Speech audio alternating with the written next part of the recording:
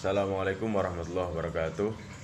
My name is M.Aqil from Management 2018 B, State University of Surabaya.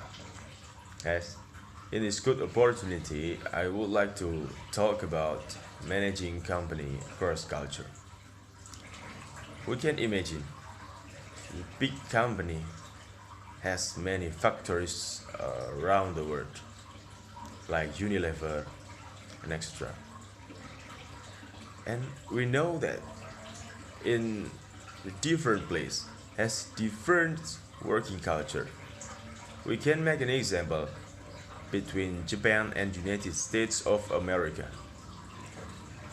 In Japan, the workers there usually use the formal uniform where they are working.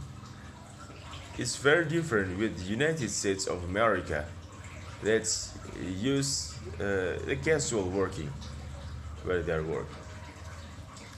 And then about the working time. In Indonesia, we know that the workers usually start at 8 a.m. while in the United States of America usually start at 10 a.m. So, how's the company solve these differences, and how leaders should do to lead a company across culture? First, they have to recognize the differences. Make a business with people across culture. The leaders should know the different culture and they have to respect them.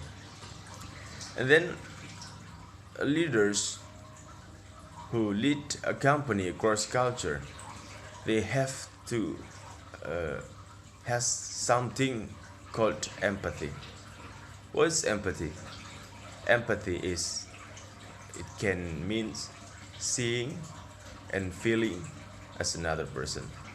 So leaders who have empathy, they can come into any culture and they can get close with the employees across culture.